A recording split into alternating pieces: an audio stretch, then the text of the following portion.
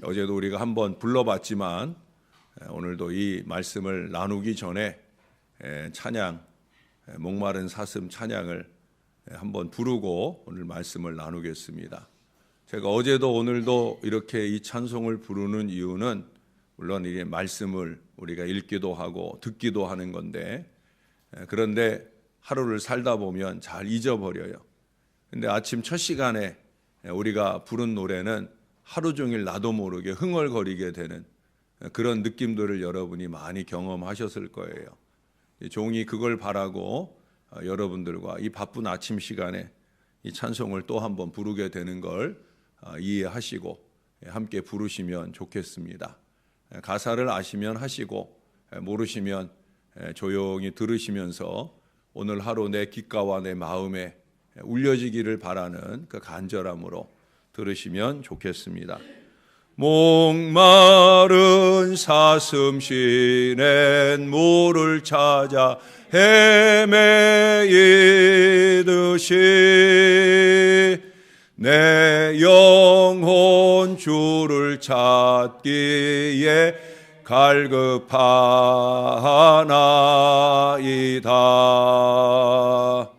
주님만이 나의 힘, 나의 방패, 나의 참 소망, 나의 맘 정성 다 바쳐서 주님 경배합니다. 아멘. 방금 부른 이 찬송시의 전체 내용을 이루는 이 43편 이 시들의 세 번째 부분입니다. 43편, 이것은 그동안 우리가 보았던 42편보다도 훨씬 더 강력한 어조로 이 귀향에 대한 소망과 간절한 기도의 내용을 담고 있습니다. 3절 4절을 다시 한 번만 읽어보겠습니다. 우리 같이 한 목소리로 읽지요. 시작. 주의 빛과 주의 진리를 보내시어 나를 인도하시고 주의 거룩한 산과 주께서 계시는 곳에 이르게 하소서. 그런즉 내가 하나님의 제단에 하나님께 이르리이다. 하나님이여, 나의 하나님이여, 내가 수금으로 주를 찬양하리이다. 아멘. 이 3절 4절에 보신 대로 이 귀향의 소망과 관련된 이 저자의 몇 가지 신앙을 엿볼 수가 있습니다. 먼저 꼽을 수 있는 것은 3절 앞부분에서도 볼 수 있듯이 주의 빛과 주의 진리를 보내시어 나를 인도하소서. 그게 귀향의 소망은 하나님의 인도 안에서만 가능하다고 믿는 거예요. 그리고 내 고향 땅에 가는 그 인도하심보다 더 중요한 건 뭐냐? 내 눈을 좀 뜨게 해달라는 거죠. 여기 주의 빛과 주의 진리를 보내셔서 내가 가야 할 고향 땅도 가게 하시고 나를 앞지 않은 자들에게서 벗어날 지혜도 얻게 하시고 무엇보다 중요한 건 뭐예요? 내가 고향에 돌아가고픈 그 간절한 인간적 마음 때문에 진리를 올바로 분별할 줄 모르는 어리석음 가운데 들어가지 않았으면 저나 여러분 또 오늘 시인도 마찬가지고 많은 인생들의 눈이 흐려지는 이유는 거기에 있어요. 올바른 진리의 판단력이 무너지는 이유는 거기에 있어요. 자기의 어리석은 감정 때문이거나 또는 이기와 욕심이 내 눈을 어둡게 하면 그러면 빛을 보지 못하는 거예요. 진리를 보지 못하는 거예요. 우리가 주의 빛, 주의 진리를 내 마음에 둘 수 있을 때 그것을 근거로 하여 아버지의 뜻을 이루려 하는 간절함이 내 안에 있는데 내가 나의 이기와 욕심에 매여 있으면 판단력이 흐려지는 거예요. 진리에 입각한 판단을 하는 것이 아니라 내 생각에는 하는 이 어리석은 판단을 하게 되는 거예요. 저는 노예를 하거나 할 때면 그런 어리석은 판단의 언어들이 난무하는 것을 많이 보게 됩니다. 근본적으로 삐뚤어진 마음을 가지고 있기 때문에 주의 빛, 주의 진리에 대하여 올바른 분별도 없고 그 분별이 없으니까 그 말하는 걸 보면은 참 한심하기 이를 데 없는 경우들을 많이 보게 됩니다. 여러분, 우리가 건강한 판단을 하기 위해서는 주의 빛과 주의 진리를 보내셔서 나를 인도해 주세요. 여기 오늘 1절에서 말하고 있듯 그는 자신의 귀양이라는 이 송사 사건을 하나님께서 변호해 주시고 해결해 주시기를 기도하고 있어요. 1절, 2절은 어떻게 보면 좀 감정적 원망처럼 들리잖아요.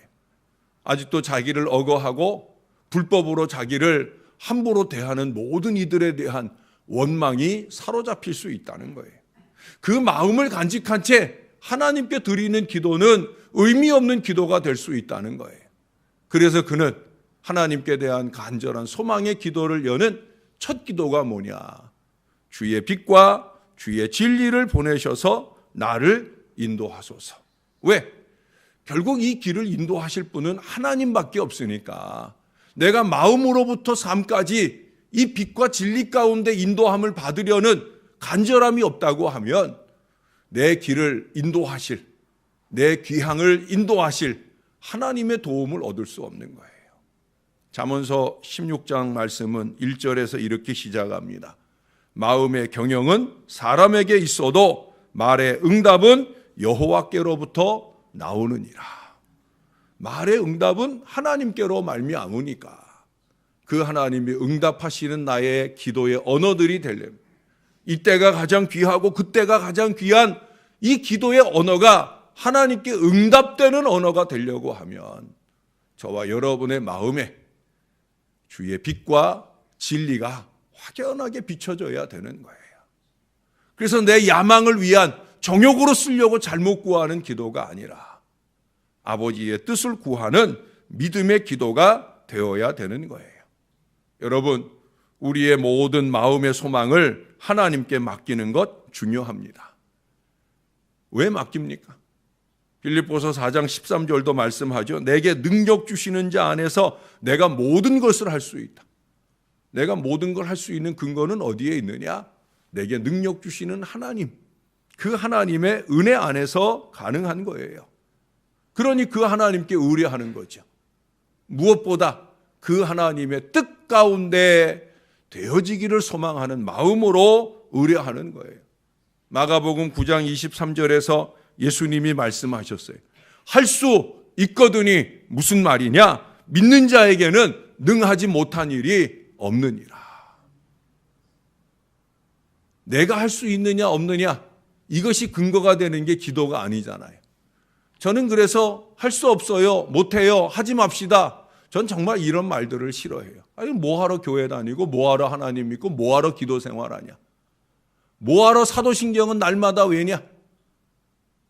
전능하신 하나님께 대한 신앙의 고백을 했으면 내가 할 수 있느냐 없느냐, 우리가 할 수 있느냐 없느냐를 따질 것이 아니라 하나님이 할 수 있다고 비전을 보여주셨으면 그 하나님이 해주실 거라는 믿음의 기대를 가지고 그 하나님께 매달려 기도하여야 되죠. 무엇이든지 할 수 있는 근거는 내게 있는 게 아니에요. 우리에게 있는 게 아니에요. 하나님께 있다라고 하는 거예요. 그리고 우리에게 있는 부정적인 상황이나 여건 그런 걸 들추어내면서 못할 방향으로 가는 것, 그건 교회가 아니죠. 크고 작은 많은 이유와 상황이 있지만, 어려움이 있지만 그래도 우리는 전능하신 하나님을 믿으니까, 그 하나님께 날마다 기도하니까 그 하나님이 이루어 주시리라. 이 믿음의 긍정성으로 우리가 주의 빛과 진리를 간직한 이 믿음의 기도를 할 수 있을 때 하나님의 응답과 역사를 얻을 수 있는 거예요. 그래서 오늘 이 5절의 고백이 가능한 거예요. 내 영혼아, 내가 어찌하여 낙심하며 어찌하여 내 속에서 불안해하느냐. 안 될 거야, 못할 거야, 어려울 거야. 왜 그러냐는 거예요. 너는 하나님께 소망을 두라. 그가 나타나 도우심으로 말미암아 내 하나님을 여전히 찬송하리로다. 내 스스로에게도 이 권면을 해야 될 뿐 아니라 내 옆에서, 내 근처에서 그 불안과 낙심으로 좌절해 가고 있는 이들에게도 예수 믿는 저와 여러분이 할 일이 뭐예요? 희망을 줘야 되죠. 너 왜 불안해하고 너 왜 낙심해? 너 왜 초조하게 생각해? 수험생들, 우리 자손들에게도 마찬가지고, 취업을 위해서 애쓰는 우리 자식들에게도 마찬가지고, 얘야, 하나님이 함께 하시잖아. 두려워하지 마라. 하나님이 내 손을 꼭 잡아주실 거야. 놀라지 마. 하나님이 너 꼭 붙들어 주실 거야. 강하고 담대하도록 그 하나님을 선물하는 저와 여러분들이 되어야 할 줄로 믿습니다. 주의 빛과 진리가 선명해지면 이 하나님의 전능성을 믿는 믿음이 선명해지는 거예요. 기도가 달라지는 거예요. 3절 후반부부터 보세요. 어떻게 기도가 달라지는지 다시 한번 제가 주의 거룩한 산과 주께서 계시는 곳에 이르게 하소서. 그런즉 내가 하나님의 제단에 나아가 나의 큰 기쁨에 하나님께 이르리이다. 하나님이여, 나의 하나님이여, 내가 수금으로 주를 찬양하리이다. 할렐루야. 그의 귀향이라고 하는 이 사실이 하나님과 관련을 갖고 있는 거예요. 예루살렘으로의 그의 고향으로의 돌아감이 그저 가족과의 재회를 위해서만 아니라는 거예요. 그보다 더 중요한, 단순히 신약민이 갖는 그 서름을 달래기 위해서만 아니라 그는 오직 귀향이라는 이 사실을 통해 하나님의 전에 이르러 하나님과 더 깊은 교제를 경험하고 크신 하나님께 영광을 돌리고자 하는 거예요. 신앙과 인생의 목표가 달라지는 거죠. 기도 생활이 깊어지면 그렇게 되는 거예요. 말씀이 깊어지거나 기도가 깊어지면 내가 사라지는 거라고 그랬잖아요. 나의 정욕이 사라지는 거예요. 그 대신에 하나님이 선명하게 보여지고 그 하나님을 높이고픈 간절한 마음이 생기는 거예요. 저는 그래서 이 시인의 시가 저에게 자주 읽혀지고 박수를 보내게 되고, 나도 이 시인처럼이었으면 좋겠다. 내가 사는 인생이나 내가 하는 목회가 언제나 하나님께 영광이라고 하는 것에서 요만큼도 흔들리지 않았으면 좋겠다 하는 간절함이 있어요. 저희 부모님은 북쪽에 고향을 두신 분들입니다. 아버님은 평양이시고 어머니는 황해도 재령이셔요. 아버님은 결국은 고향 한번 못 밟아보시고 결국 세상을 떠나셨습니다. 그러나 그 아버님은 누구보다 고향을 그리워하셨어요. 왜? 어머님은 가족들하고 같이 나오셨지만 우리 아버님은 혼자 나오셨어요. 6남매 중에 5번째로 태어난 아들이라. 그러니까 위로 딸만 있고 귀하게 태어난 아들이라 저희 할아버지 조부모님들께서 빨리 도망가라고, 그래서 6.25 전에 이미 월남에서 혼자 내려오셨어요. 참 외롭고 힘든 시간들을 지내셨어요. 제가 군에 있는 동안에 여러분도 기억에 남는 그 이상가족 찾기를 했었잖아요. 제가 그거를 군 내무반에서 저도 모르게 그때만 해도 제가 한 중고참 이상 됐으니까 밤늦게까지 그걸 보면서 제 마음에 그런 생각이 들었어요. 아이고, 우리 아버지 저거 보면서 참 많이 우시겠구나 하는 생각을 그때 했어요. 아닌 게 아니라 연락할 기회가 되면 여쭤보면 날마다 눈물로 지샌다는 거예요. 저는 그 절절한 아픔을 알아요. 왜냐하면 우리가 명절 때, 제가 고등학교 2학년 때, 저는 모태신앙이긴 해도 우리 부모님들이 한동안 10몇 년 동안 교회를 떠나 있다가 제가 고등학교 2학년 때 이제 다시 전도를 해서 교회를 나오시게 됐거든요. 그러니까 그 이전까지는 우리가 제사를 드렸어요. 우리 아버님 내려오실 때 이미 돌아가신 할머니, 또 살아계시지만 아마 돌아가시지 않았겠는가 생각되는 할아버지 제사를 모셨었어요. 그런데 그렇게 제사를 드리고 나면 제사를 드릴 때도 우리는 누구보다 심각하게 그 제사에 임하였었고, 또 제사를 드리고 나서 식사를 하기 전이나 식사를 하는 중에나 식사를 하고 나서나 아버지나 또는 아버지에게서 그 부자지정의 마음으로 아버지의 서글픔, 외로움을 느껴왔던 우리 삼형제나 아니면 또는 어머니나 이 5 식구 중 누군가 한 사람에게서 눈물이 떨어지기 시작하면, 그러면 그 하루는 그냥 눈물바다로 아침 시간을 보내곤 했던 그런 기억이 지금도 선명해요.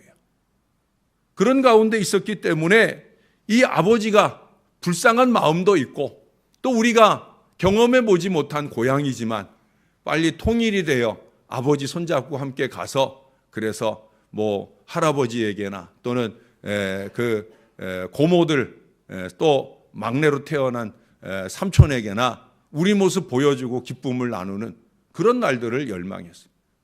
귀향이라고 하는 오늘 이 시인의 이 마음이 어쩌면 그래서 저에겐 더 절절하게 느껴지는 게 아닌가. 그런데 여러분, 고등학교 2학년 때 이제 제가 우리 부모님들을 전도해서 교회를 다니기 시작했잖아요. 10월 달 우리 아버님 생신 때 생신 다음 날부터 우리 아버님이 교회를 다니기 시작하셨는데 그러면서 그 다음 신구정을 맞을 때부터 이젠 제사상을 집어치웠죠. 그리고 우리가 이제 함께 예배를 드리게 되었죠. 그래서 예배를 드리면서 명절을 지나게 되는데 예배를 드린다 해도 제사를 드릴 때 같은 눈물이 있죠. 아니 오히려 예배를 드리는 중에 그때는 이제 아버님이 기도를 하시고 나중에 제가 신학교 가서는 그 예배를 지금까지도 우리 가족 예배를 제가 우리 동생도 목사인데 우리 조카들이 그러더라고요. 왜 맨날 큰아빠만 예배 인도하냐고. 우리 아빠도 목사님이니까 우리 아빠도 예배 인도하게 해달라고. 그러니까 우리 동생이 야 그래도 우리 너희 큰아빠가 큰 목사님이니까 그러니까 큰아빠가 해야 된다고. 그래서 제가 야 추석에는 네가 하고 구정에는 내가 할게 그랬는데도 우리 동생이 끝까지 저보고 하라고. 근데 저도 예배를 잘 인도하고 싶지 않은 이유가 있어요. 우리 동생도 마찬가지예요. 예배를 하다 보면 기도를 하게 되잖아요. 그 기도하다 보면 그러다 보면 눈물이 나거든요. 눈물이 간절히 눈물이 나요. 기도하다 보면. 그래서 예배하다가 또 기도하는 아버지가 눈물 가운데 기도하시면 또 그 자리가 눈물바다가 되는 거예요. 그런데 여러분 제사를 드릴 때와 예배를 드릴 때의 다른 차이가 뭔지 아십니까? 그것은 바로 우리의 기도가 소망이 달라졌다는 거예요. 단순히 이북에 있는 그 사람들 만나게 해주세요라는 인간의 정이 아니라 그 이상의 기도를 하죠. 속히 통일이 되어 북한 땅에 복음이 들어가고 우리를 통해 우리 믿지 않는 우리 일가 친지들에게 예수 전하여 그들이 우리와 함께 예수 믿고 하나님께 영광의 예배를 드리게 해 주옵소서. 이 차이가 나타나는 거죠. 그것이 예배하는 인생의 차이일 거예요.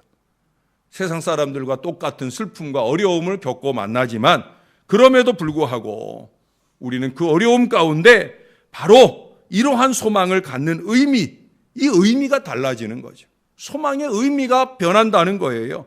우리의 소망은 뭐예요? 최종적으로 복음을 통한 하나님께 영광이에요. 모든 영광을 하나님께 돌리는 거예요. 오늘이 이제 10월 마지막 날, 종교개혁이 정말 일어난 날이에요. 1517년 10월 31일이었습니다. 종교개혁을 이루고자 하셨던 마틴 루터나 깔뱅이나 그 모든 분들이 오직 말씀, 오직 믿음, 오직 은혜 이 세 가지 슬로건을 가지고 있었는데 이것을 통해 추구하는 목표는 많이 희석되어져 있어요. 그들이 오직 말씀, 오직 믿음, 오직 은혜로 추구한 목표는 뭐냐? 솔리 데오 글로리아. 오직 하나님께 영광을.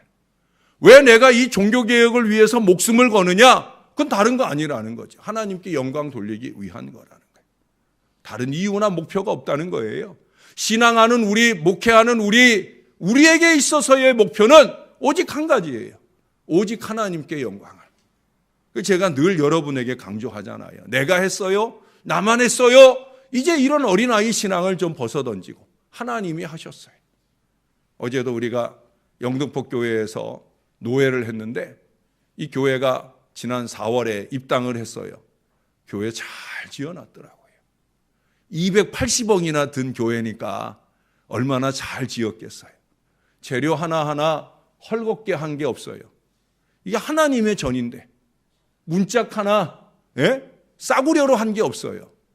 왜 그런가? 하나님의 전이니까. 하나님이 영광 받으시는 전이니까. 제가 그 건축 이전에 건축위원장도 하시고 당에 서기도 하신 소장로님을 어제 만나서 잠깐 얘기를 나눴는데 그분이 그 여정을 잠깐 얘기하면서 마지막 그 얘기를 하더라고요. 하나님이 다 하셨어요. 하나님이 다 하셨어요. 280억 공사 중에 180억을 하나님이 은혜 가운데 허락해 그 땅을 보상받는데 원래 예정했던 것보다 제가 그때 옛날에 알 때 한 3배 정도를 보상을 받았어요. 그 나머지 이제 100억은 교인들이 헌금도 하고 또 상당한 부분 부채도 있어요. 근데 그 장로님의 확신 있는 고백을 제가 들었어요. 하나님이 하셨어요. 하나님이 마무리하실 거예요. 이게 믿음이에요. 제가 다른 얘기 하나도 더 있는데 시간이 많이 돼서 그 얘기는 안 하겠습니다. 빅토리아 여왕의 이야기입니다. 핸델의 메시아가 연주될 때 할렐루야 노래가 울려 퍼질 때 그녀는 원래 계획에 그 노래가 울려 퍼질 때 원래 전통처럼 그녀는 안 일어나려고 그랬어요. 왜? 내가 이래봬도 여왕인데. 근데 할렐루야 할렐루야 노래가 울려 퍼질 때 그는 앉아 있을 수가 없었어요. 일어나 섰어요. 심지어 모자까지 왕관까지 벗어들고 그 찬양을 묵상하며 들으며 모든 영광을 하나님께 돌렸어요. 그 신하들은 그 여왕의 깊은 신앙에 감동을 받았다 합니다. 여러분 깊은 신앙이 뭡니까? 신앙이 깊다는 게 뭐예요? 그건 다름 아니라 하나님께 영광을 돌리는 신앙이 되었다라고 하는 거예요. 이게 신앙이 깊어지는 거예요. 신앙생활은 오래 해서 깊어지는 게 아니에요.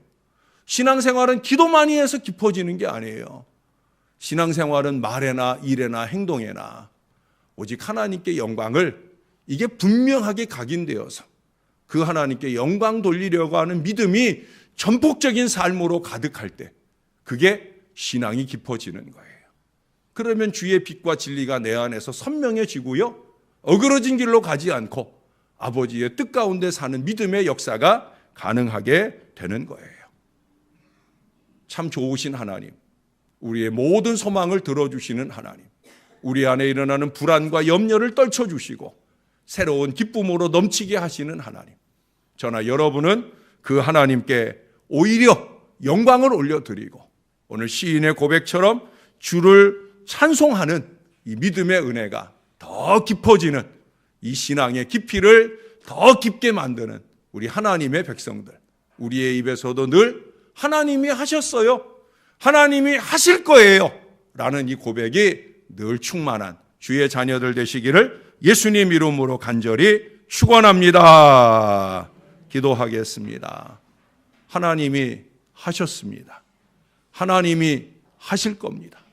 어마어마한 일들을, 상상도 할 수 없는 일들을 눈앞에 두고라도 또 그 모든 일들을 은혜 가운데 다 이루고 나서라도 언제나 우리의 고백은 이것이 될 수 있도록 하나님 우리를 좀 도와주세요.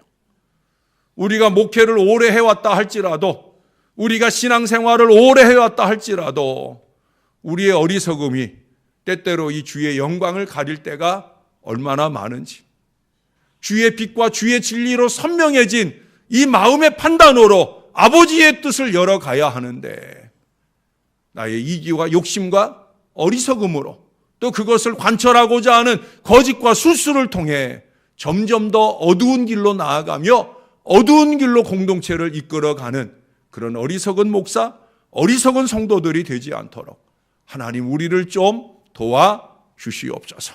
부족한 종에게나 이 살아가는 주의 자녀들에게나 이 선명한 기도의 제목을 놓치지 말게 하옵소서. 주의 빛과 주의 진리로 내 안에 밝혀주셔서 나의 갈 길을 인도해 주시옵소서. 무엇보다 나의 전신앙과 인생의 목표가 오직 하나님께 영광을, 이것이 될 수 있도록 흔들리지 않도록 꼭 붙들어 주시옵소서. 이 믿음으로 사는 부족한 목사가 되고 온 교인들이 되어 우리 신월 제일교회를 통해서 우리 하나님 많은 영광을 받아 주옵소서. 이제 새해를 위한 여러 가지 헌신의 결단을 해야 될 일입니다. 무엇을 위해서 우리가 이것을 하겠나이까? 크고 작은 많은 헌신을 위해 우리의 마음과 결단을 드릴 때 먼저 내 안에 선명한 깃발을 세우게 도와 주시옵소서. 솔리데오 글로리아, 오직 하나님께 영광을, 이 목표 아래 한마음 한뜻으로 뭉쳐 주의 큰 역사를 열어가는 우리 교회 좋은 교회 신월 제일교회가 되게 하여 주옵소서. 이 백성들의 소망하는 모든 기도에 응답해 주셔서 하나님께서 큰 영광을 받아 주시옵소서. 감사합니다. 예수님 이름으로 기도합니다. 아멘.